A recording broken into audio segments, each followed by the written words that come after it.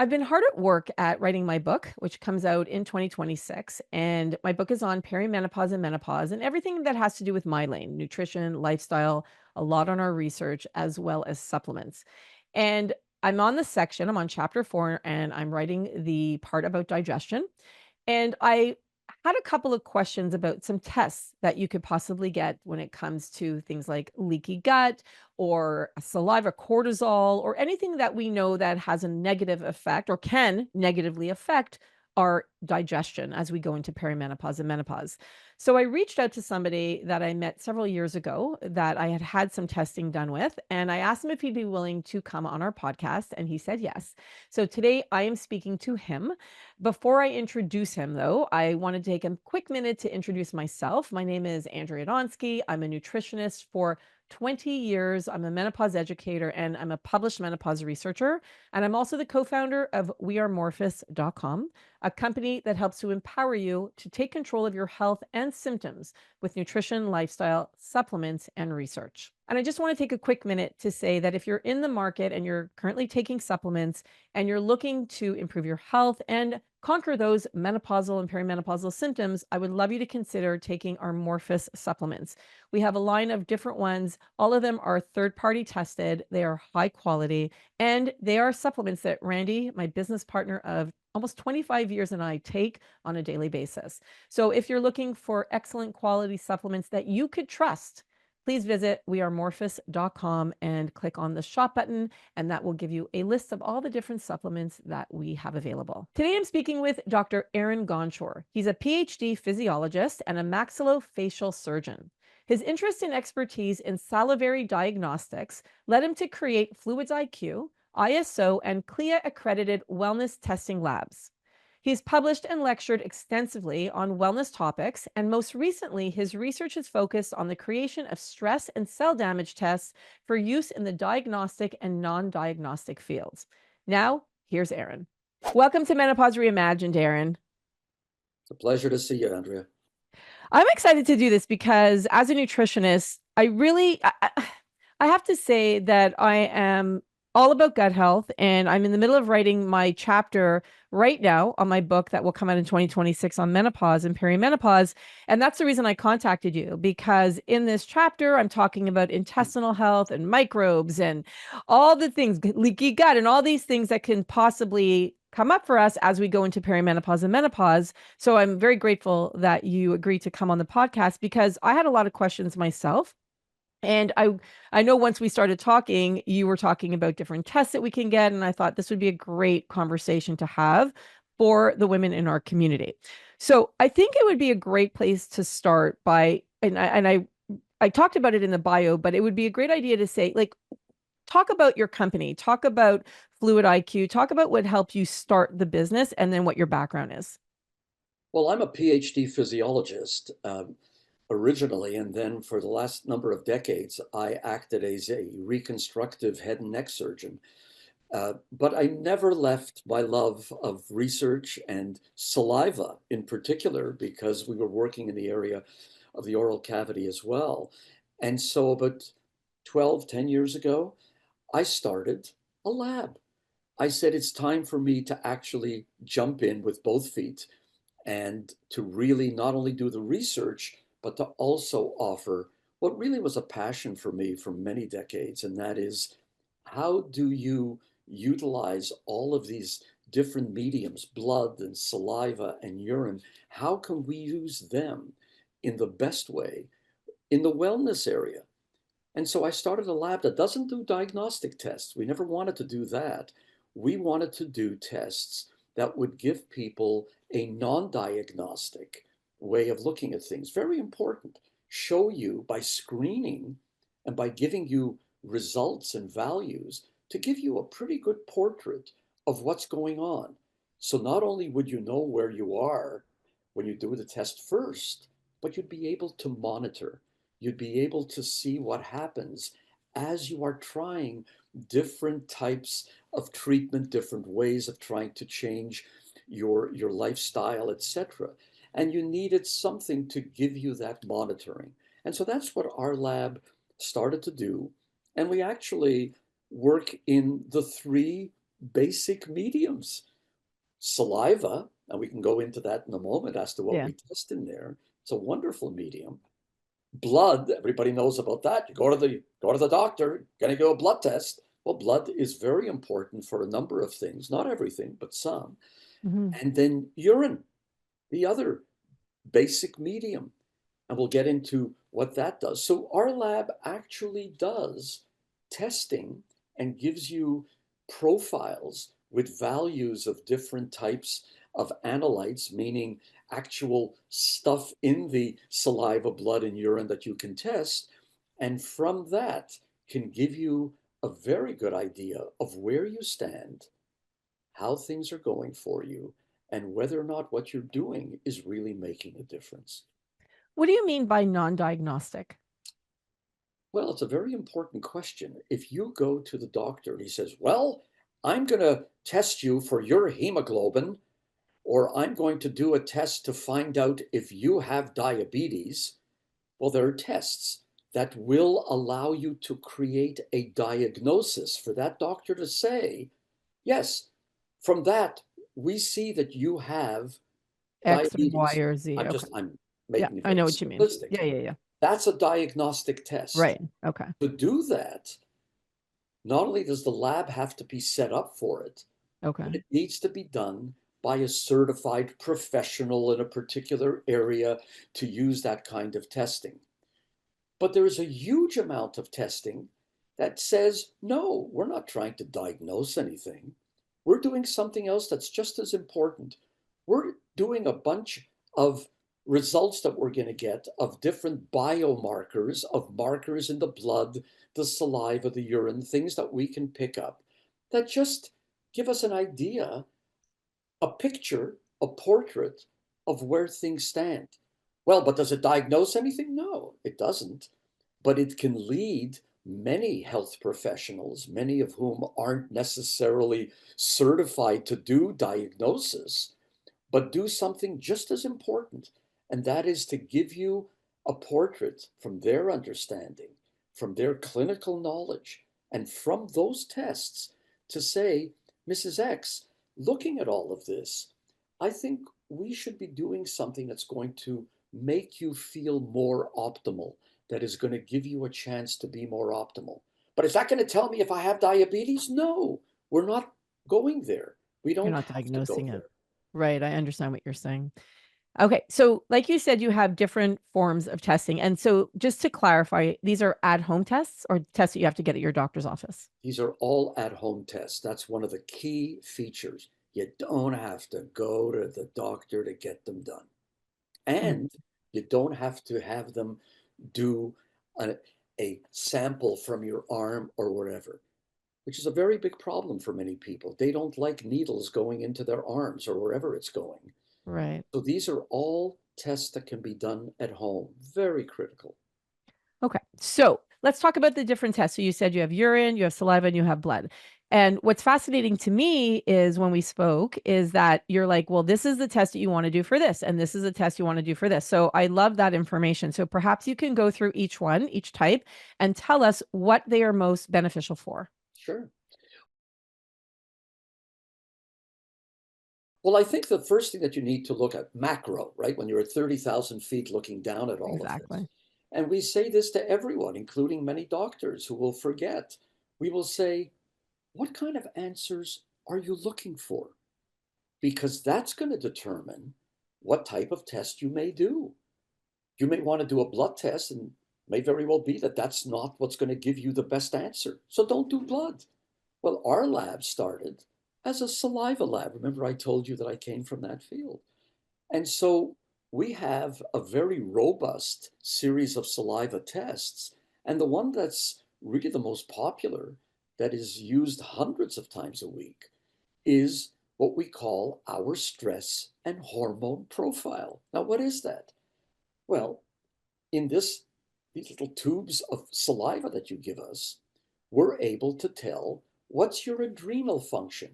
The adrenals are these little things lying on top of your kidneys, and they do something very important. They create the stress hormones, cortisol, DHEA, adrenaline, noradrenaline, and we can go into all of those if we have time. So it tells you about adrenal function, critical for everyone, definitely for perimenopausal and menopausal women. It's critical. Huge. No, yeah, because we're Are you more stressed sleeping now. well? If you're not sleeping well, is it because of stress? Well, maybe it's stress. How do I know that? Do the saliva test. Find out where your cortisol levels are throughout the day, etc. The second thing we do in that profile is we look at the sex hormones. We look at estrogens, progesterone, and testosterone. Remember, it's a moment in time. We took some saliva, poof. So you're getting a portrait in time. We're not trying to give you the best possible way of looking at female and male hormones. That's not the point. We just want to give you a quick look. The other thing we do is we look at melatonin. Remember, sleep.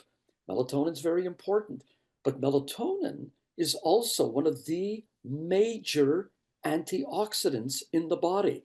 Yep. It's Really? one of my Well, yeah, favorites. Absolute it's favorites. A must, by the there way, you for go. this phase of life. Yeah. People forget to say, well, take melatonin, it'll help you sleep better. Maybe.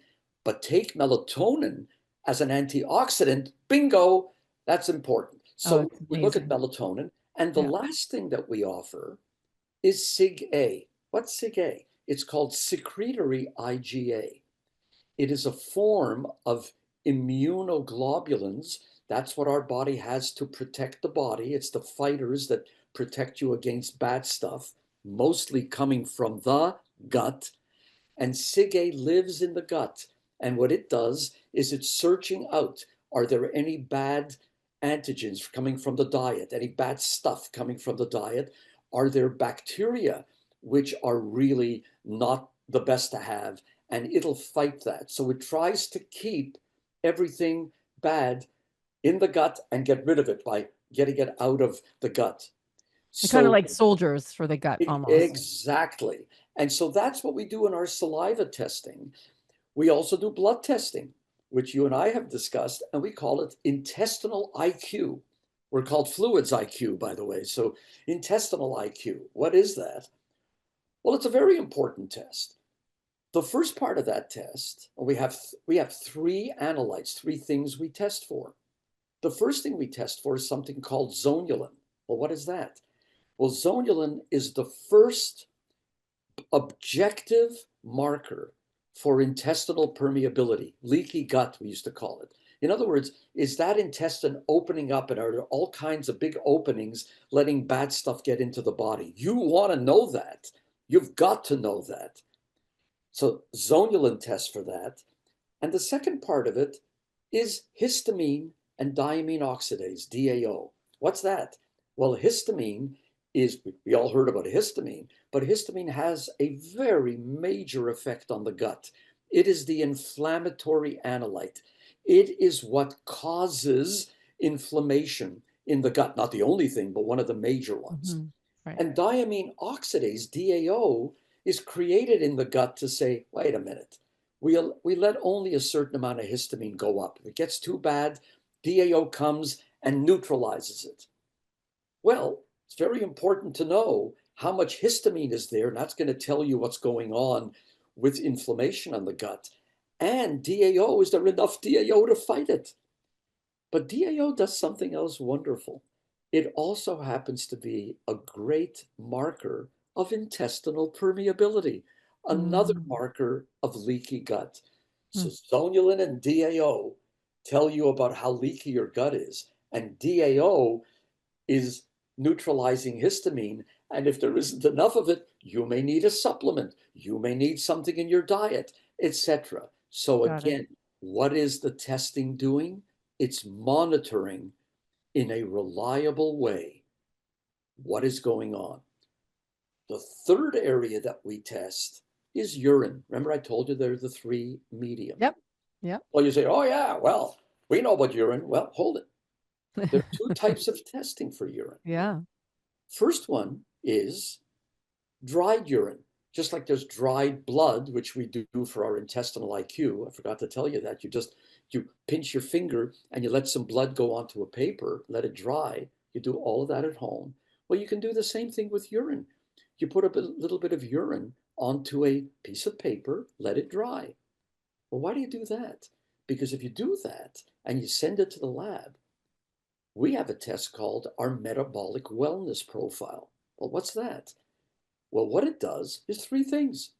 First thing is it tests for a marker that tells you, are you metabolizing protein properly? Hey, well, that's important, isn't it? Yeah, Very. if you're not metabolizing, you're putrefying it. In other words, it's causing major problems in the gut. The second thing we test for is 12 bile acids. Well, what does that do? Well, it tests if your liver is functioning properly. Is it detoxifying bad stuff properly? That's what the liver is supposed to do. Yep. Detoxify and neutralize. And if it's not detoxifying properly, you got a problem. So that's the second one. The third one is probably the most important. It's called 8-OHDG. What is 8-OHDG? Well, it's a marker that tests if the cells in your body are detoxifying, in a sense, oxidatively. In other words, ever heard, everybody talks about oxidative Oxidative stress. stress. Yeah. Do you have oxidative stress? Is your cell functioning properly? Well, this is a key marker that shows if the cell is functioning properly, because if it isn't, you're in deep trouble before all these other things. So that's dried urine. It's very good for that. Why? Because those markers are stable over an entire day. It doesn't matter when you do the dried urine and you pee on the urine. It's pretty stable. But we have another kind of urine test which has been around for decades, and it's called 24-hour urine. You actually put urine into a large jug that we send you, and you do it over 24 hours. And then you send us a little part of that. We show you how to do it. It's pretty simple. And that's 24-hour urine.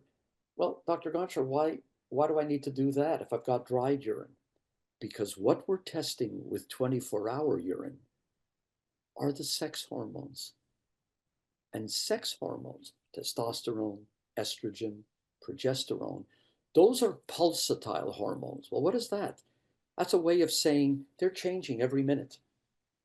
So if you're testing with dried urine in a moment in time, you may just manage to get it right because you got it at the right moment. But what if it was going down and it was in a trough? Well, too bad. If it's dried urine, you're not going to know what's going on. So if you want to test for sex hormones and their metabolites, meaning what happens to those sex hormones, that's critical. So important. The metabolites, so Then important of the estrogen, the E1, like there you so go. important. So if you want to know that, and it is incredibly important, especially, of course, for perimenopausal and menopausal And if women. you're on hormone therapy, it's really important. Bingo, thank you. Then you Yeah, need I'm very to adamant about have that. the trio: sensitivity, specificity, and most important of all, reliability. In other words, if I were to do that test today and tomorrow and the next day, could I reliably know that I am going to get a test that is truly telling me what's going on? And when you're looking at sex hormones, it's been known in the industry forever. This is not new news. This is old news. You Yeah. do 24-hour urine. But you know And what gets, so that's first of what all, we do. so first of all, that thank you for that brilliant, very easy to understand explanation of all the different tests because I feel like, and again, this isn't, I have a huge interest in this area, but it's not my expertise. And I've been learning a lot about it over the years. But what's a little bit frustrating for me, for our community, is you hear from different people that different things are the things, right? Like it's like, oh no, you should do dry urine tests to get your estrogen, your hormones and your metabolites, or do this or do that. So it becomes a little bit confusing, but the way you explained it made a lot of sense to me and I understand it. So for women in our community who are listening, so for the looking at your hormones, your sex hormones, especially if you're in perimenopause, because a lot of women will say that they go to their doctor, they get a blood test, their doctor comes back and says, you're not in perimenopause because your estrogen, your progesterone, everything's in the proper ranges. But what you just said was, well, you might have just caught it in the blood that day in the proper range.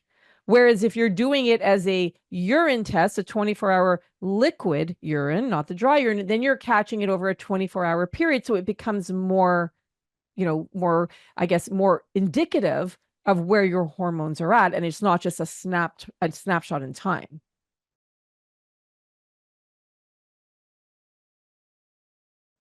Let me give you an example of what you just said. You're absolutely right.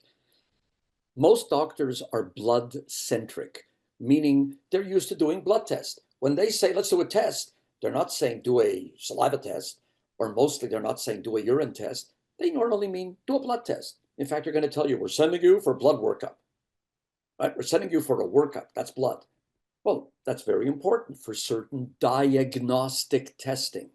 Mm-hmm. But if you want to look at certain types of hormonal function, for example, we mentioned it earlier, stress hormones.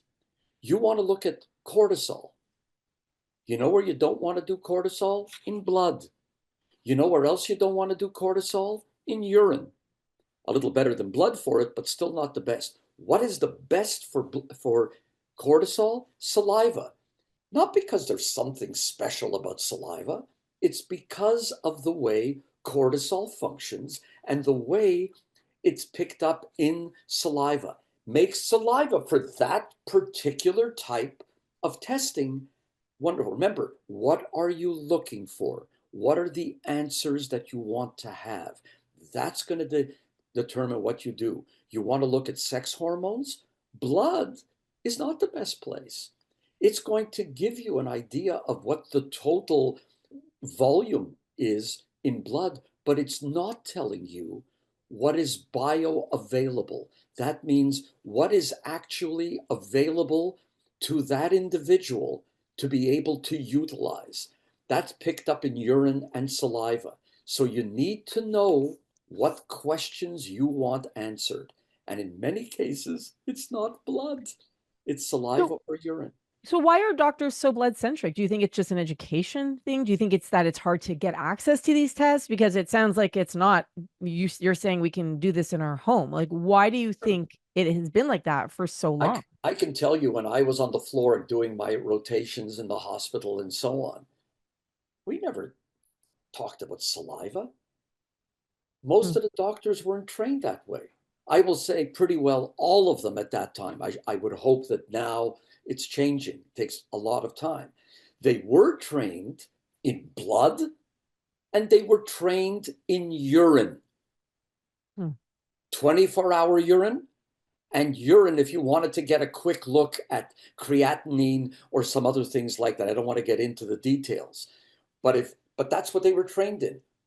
If you were asked, if you were on a gynecology obstetrics floor and you needed to get a very good look at what's going on, they would say, "Give me a 24-hour." That's what they would do, but they still do. I mean, that's what you do. They wouldn't say, "Could you go and get me a dried urine sample for the urine so I can tell?" No. In fact, if you did that, they would probably tell you, if you were a resident, they'd say, "Why don't you go home and come back when you have the right answer?" Right. So that's the way it would work. So blood is extremely valuable, but it is diagnostic centric. It's Hmm. used by doctors because they're doing mostly diagnostic work. But when you're in the non-diagnostic area, which is what we're talking about, then saliva and urine, etc., have a critical role to play.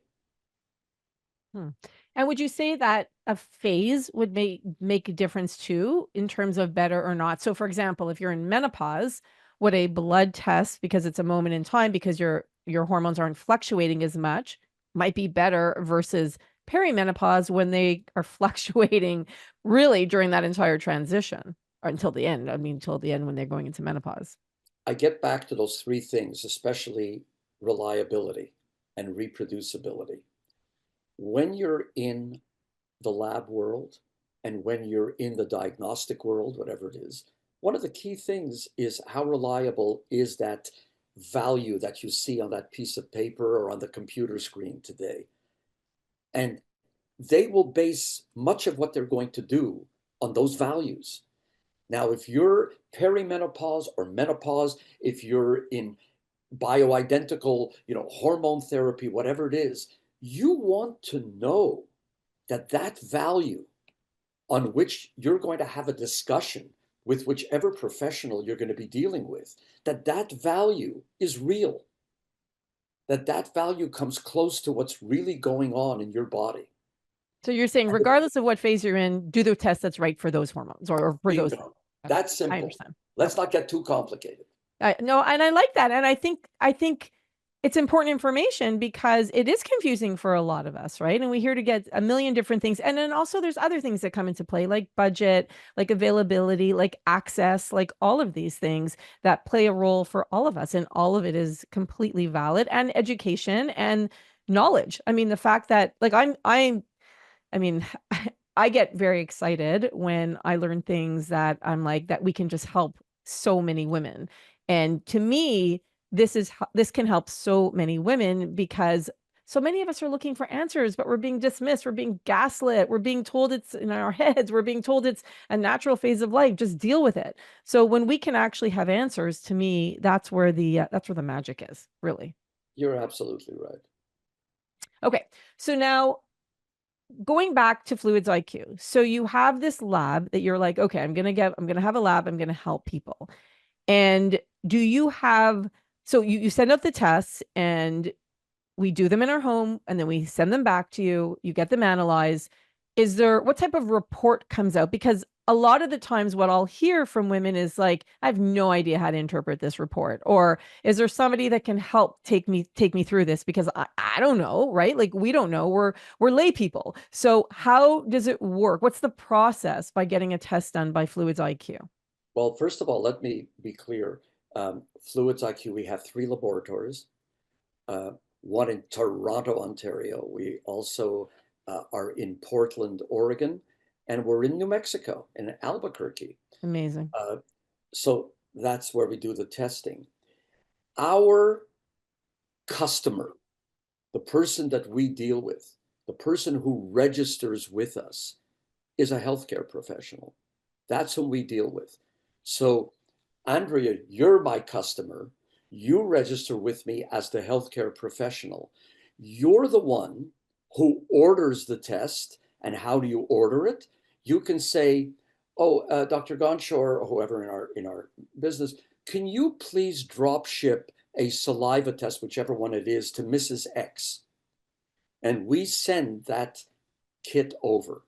The test gets done in that home, gets bundled into a UPS or whatever it is, gets sent to the lab. The test result is sent to you, Andrea. To the You're healthcare the healthcare professional. professional. Mhm.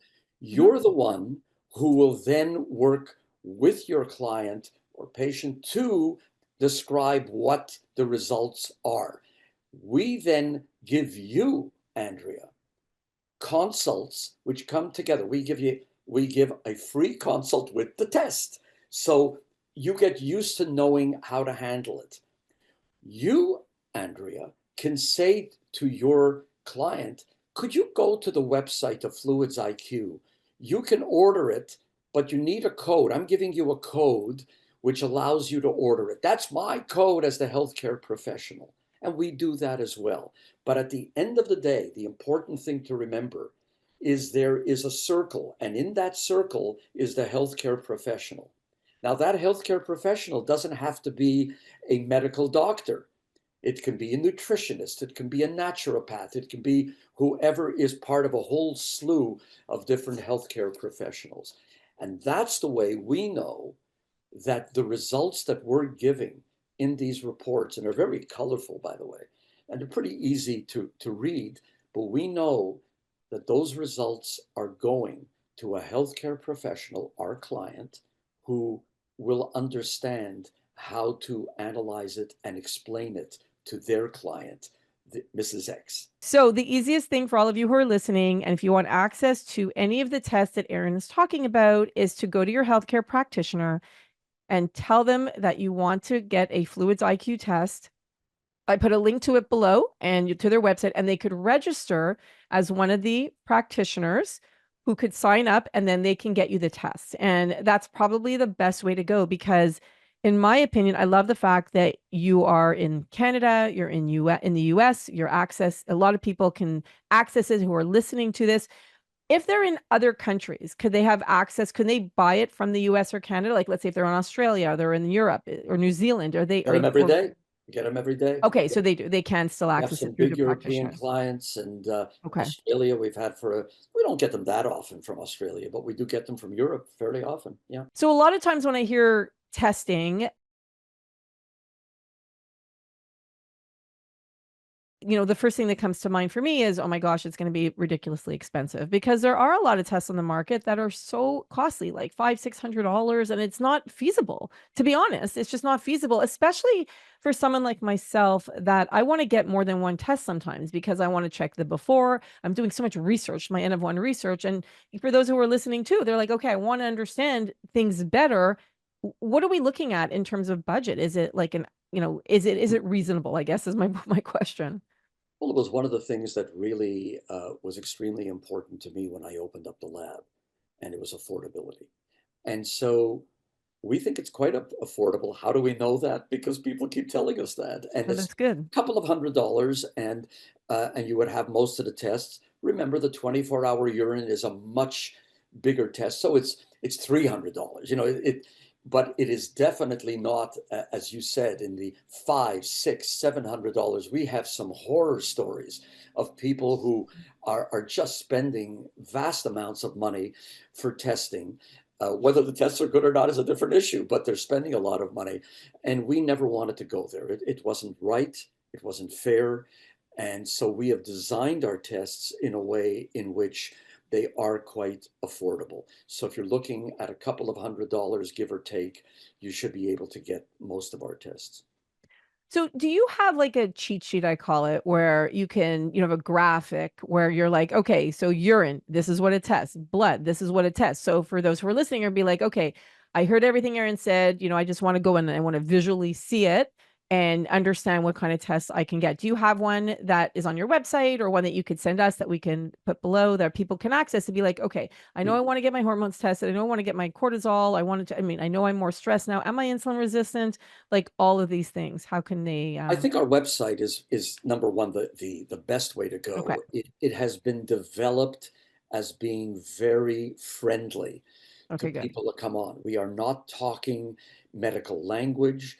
It's very simple. You get on and it says, oh, you want to test hormones? Here is what these hormones do. And that's why we use saliva. You want to use, but, and so on. Very straightforward. If somebody then wants more information, number one, they can send us a note and we'll be very happy to let them know anything else they would like to know. And we're trying to be very friendly, meaning that people who, when they come on a site, like quite often they're afraid, they don't know what to do. And so this puts you at ease. And we know that if we can get you at ease, there's a great chance that you're going to say, yes, it makes sense for me to test. And then you'll go ahead and do it. Well, yeah, and also it becomes overwhelming and we're already so overwhelmed, right? So it's like it just adds one more thing to so ease is good and like less overwhelming is good too. And if somebody wants to get it tested, let's say they're in Portland or they're anywhere in the US, can they email you and say, I really would love to get a test. Can you recommend perhaps a practitioner in their area? We don't do that Okay. because there are vast numbers of practitioners and we're not in that business. I Okay. will tell you, we deal with some very large brokers uh, that have those type of lists. And so we can do it in a roundabout way. But I think the most important thing for most people is that given where they are, and they can be in big cities and small villages, there is no way to know who are all the people that they can see. But as long as they go to a local person, and it can be a registered nurse, it can be the nutritionist, your local nutritionist down the block, whoever it is, you will know from the community you're in, are these people reliable? Is it someone that has been giving good service? And I think that's true in anything we do. And so when you know that, go and see those people. And don't be afraid to say, I would like you to contact FluidsIQ. Please just register with them. It'll take you 2 minutes. And from that point on, that is the conduit. That is the driveway for you to be able to get what you need. Pretty straightforward. So do you think, so what didn't we speak about today, Aron, that can help women who are in perimenopause or menopause find out more, get access to information that perhaps it can be super useful to them, et cetera? I think the thing that I would like you to come away with is, why are there labs?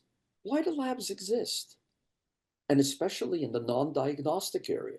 So I take you back to what we talked about right in the beginning. One of the things that you talk about when you get lab results, they are an aid, a help. It's to give you a foundation of knowledge. And it doesn't matter whether you're the healthcare professional or the individual out there who just wants to know, what is my state of health? And you're getting that not just by what you think is going on, but you need lab results of some kind that are going to say, yes, Mrs. X, you actually do have a leaky gut. You do have an intestinal permeability problem. Because if you know that, you and the healthcare professional will have a much better way of deciding how to target the treatment that you're going to give. Whatever, when I use treatment, I mean, what is it going to be? Solution. I Lifestyle, understand. what kind of solutions, what kind of supplements, what kind of food you're going to eat. And I'm getting into your area. What is it going to be?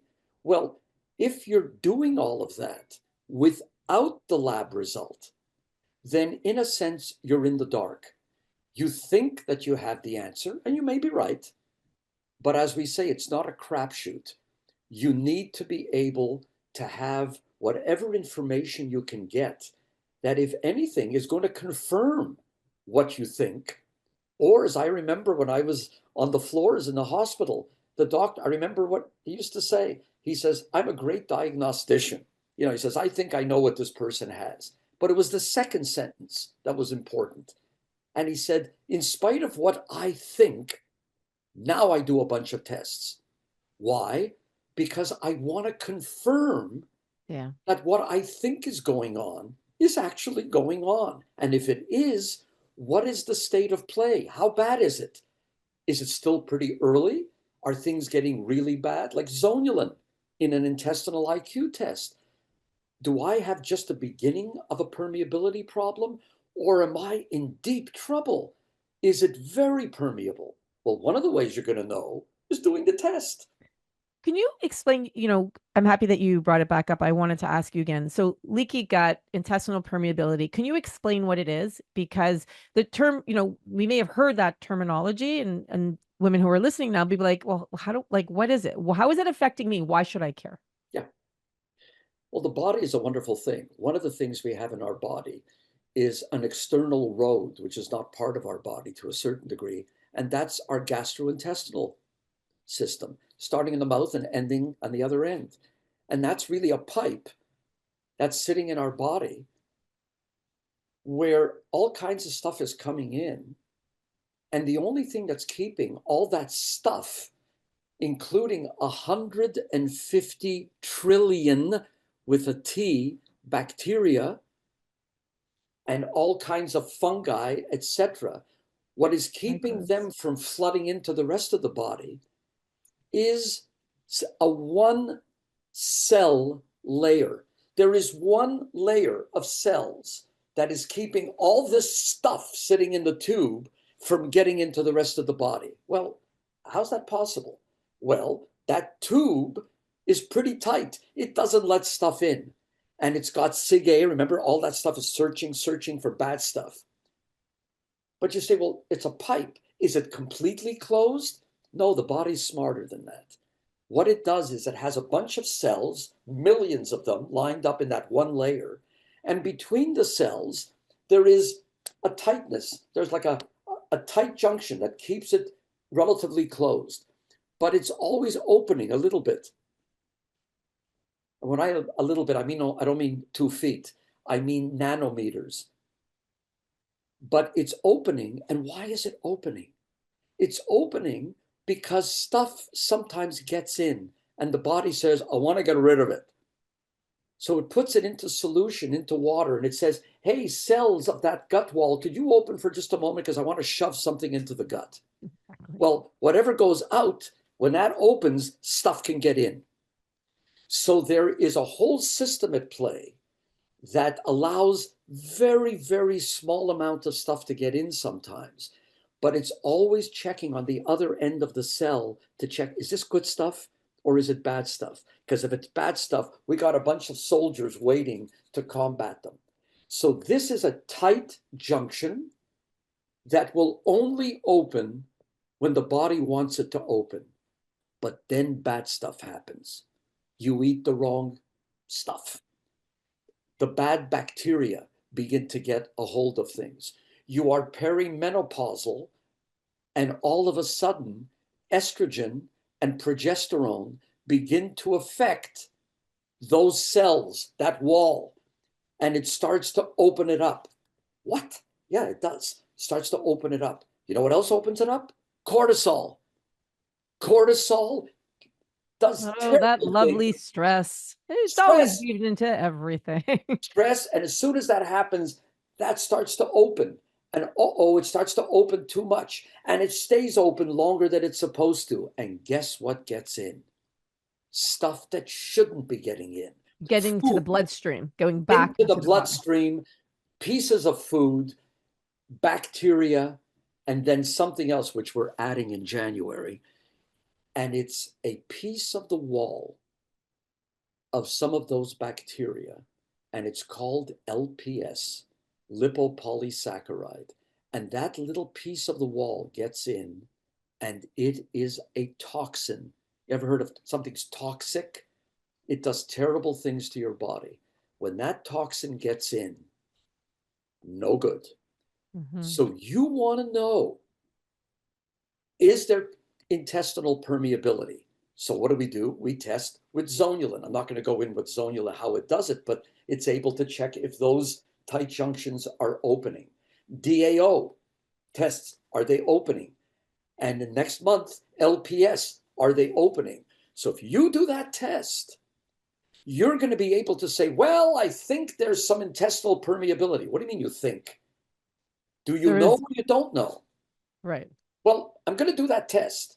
The test comes back. Mrs. X, remember we were saying that you have intestinal permeability problems. We thought that was the case. Guess what? You do. But here's the good news. It's still in the early stages, and we can do certain types of food, diet interventions, and so on, which are going to help it. And Mrs. X, if you're not listening, I'm telling you that zonulin level is going to go up, and that DAO level is going to go up. And if it goes up to that level up there, then I'm going to have to do stuff which I really don't want to do, and you don't want to do. So let's catch it early. How do we catch it early? We test. And what are those things that they would have to do? Would it be, you're saying that you would have to do things you don't want to do. Like it's just it's a much more difficult, More aggressive. right, place to That's go. your area of expertise. Yeah. You No, would I need just to, want to explain it for everybody sure, who's listening. sure. You need to be much more aggressive in your treatment. It may involve other types of things that need to be done to the hormones, etc., which you want to avoid. Like everything in life, catch it early while you can do fairly easy stuff and not wait for it to get worse. And what can you just share a couple of symptoms of leaky gut that, that they might think, oh, maybe this is something I should ask my practitioner about? Well, one of the first things that happens, as I told you, when you get leaky gut, those LPS particles of the membrane of the bacteria have gotten in, and they start to move around the blood, and they move into all of the organs. So take your pick. Do you want to have coagulation problems in the vessels? Your liver stops to function properly. Your kidneys begin to become nephrotic, meaning that they are not functioning to the max. Your lung function, I can give you each organ system begins to really start to lose its optimal activity. And that's what you want to avoid.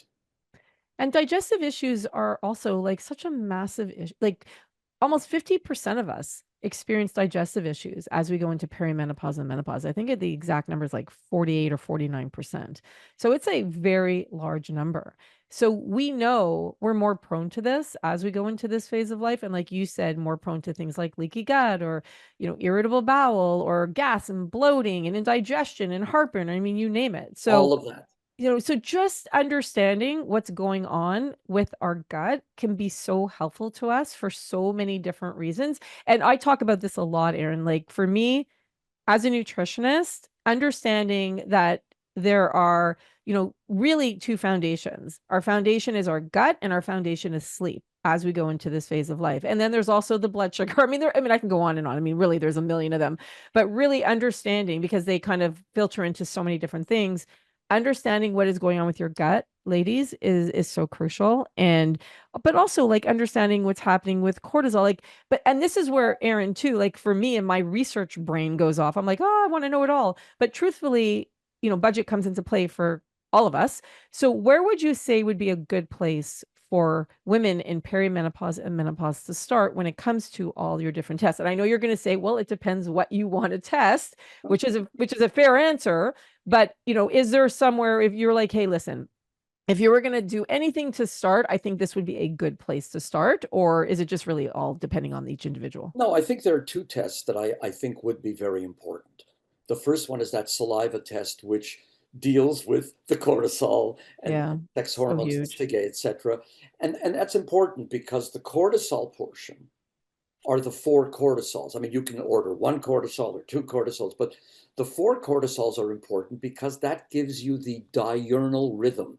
That means the rhythm during the whole day, from the time you get up to the time you go to sleep. Normally, it's high in the morning, and then it takes a gentle slope down during the day.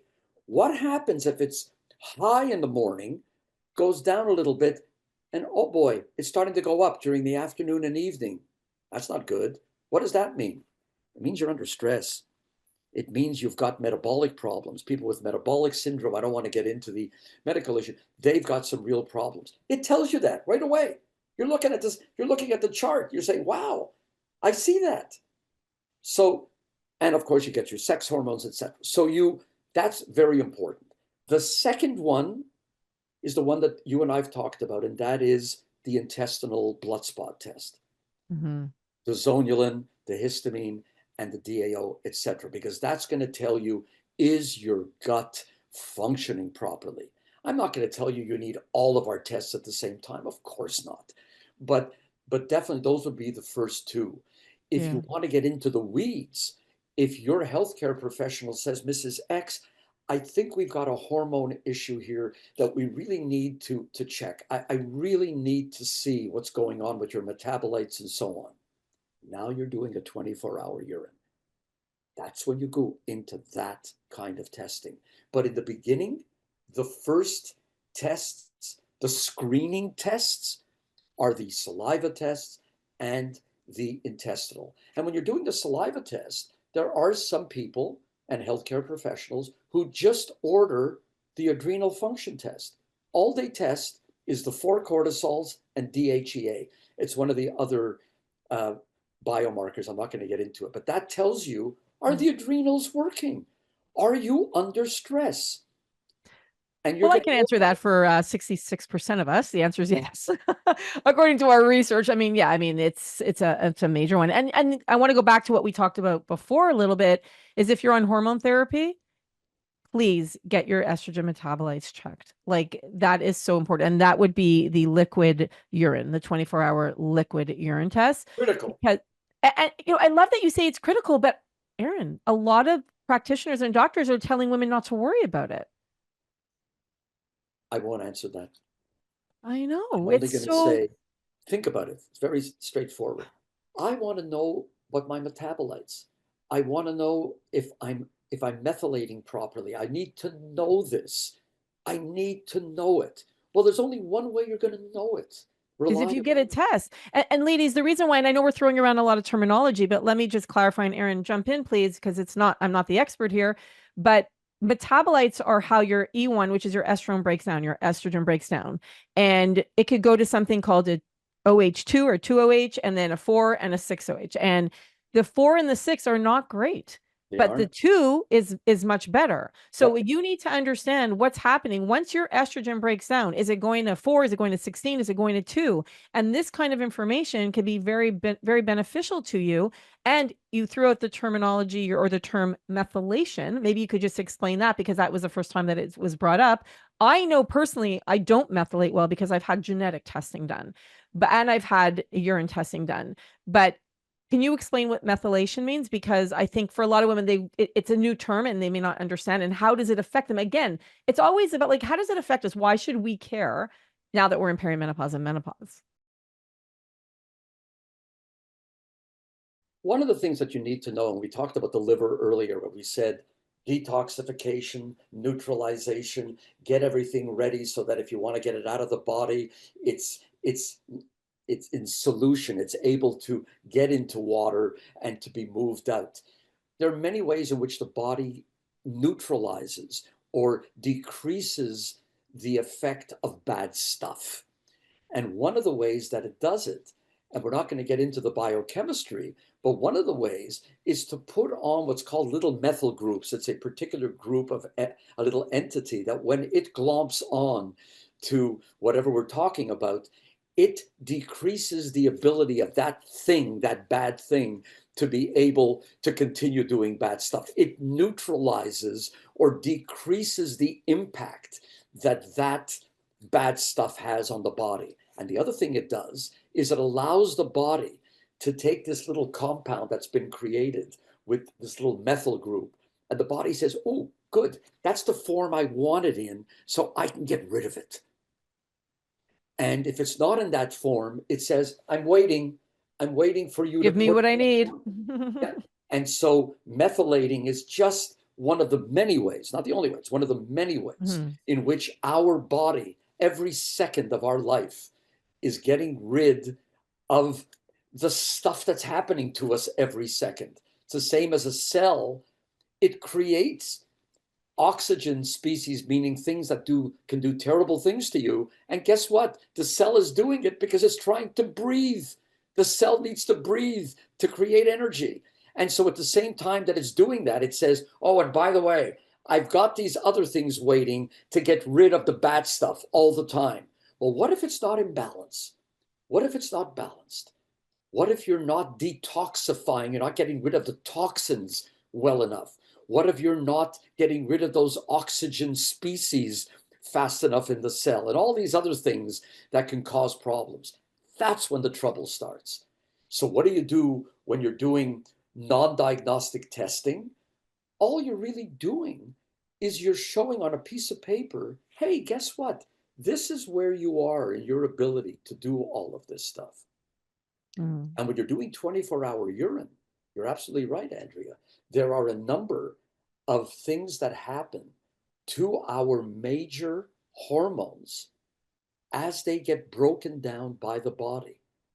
And if they end up on the wrong pathway, which can happen very easily, then you've got a problem.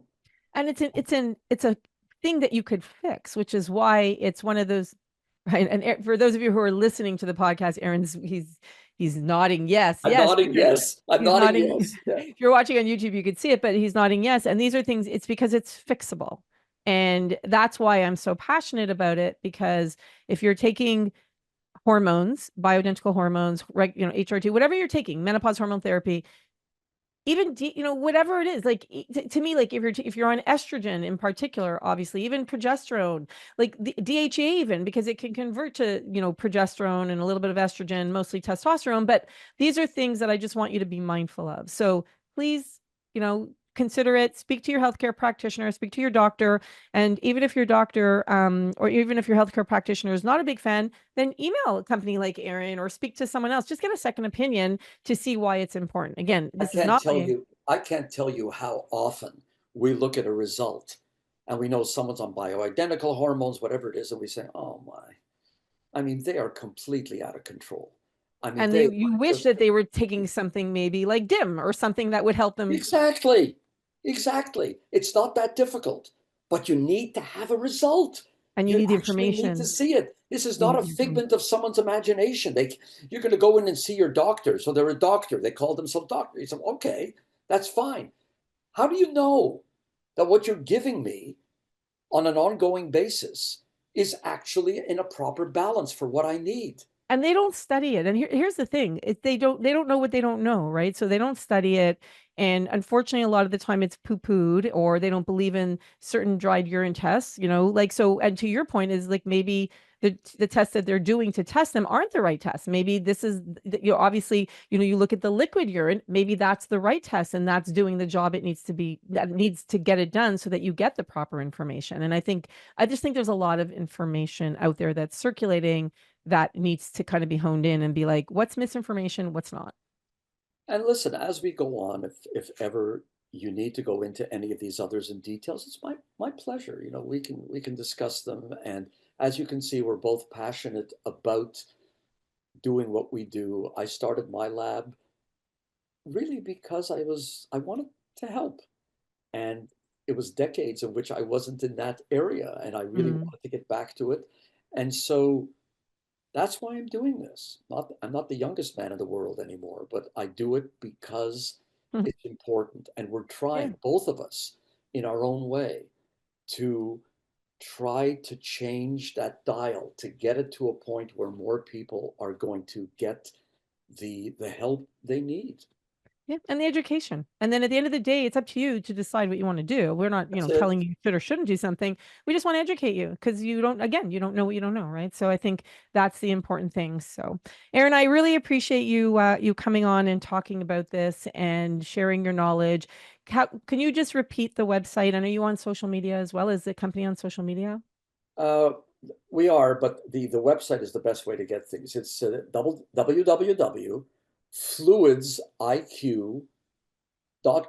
FLUID like David, S like Sam, IQ, fluidziq.com. I love it. Thank you so much for doing this. It's my pleasure. All the best. Have a good day. I hope you enjoyed my interview with Aron. And if you did, please share it because the more you share shows you care. And if you would like to order a Fluids IQ test but don't have a practitioner, shoot me an email at info@wearemorphus.com. I'll put the link below and I could see if I can help you get you set up with a practitioner that can help order one for you. Also, visit their website, which is fluidsiq.com, to learn more, to see which tests you want to start with. I love that Aron gave us a couple of options that you could start with, but of course, he has several to choose from to see what best suits your needs. If you enjoyed today's interview, then please rate and review our podcast, and please make sure you're subscribed.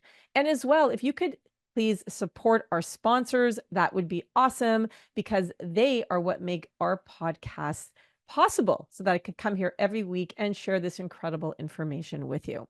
As always, I know there's a lot you could be doing, but instead you chose to spend your time with me, and for that I am super grateful. And I'll see you at the next podcast, and I hope you enjoyed today's interview.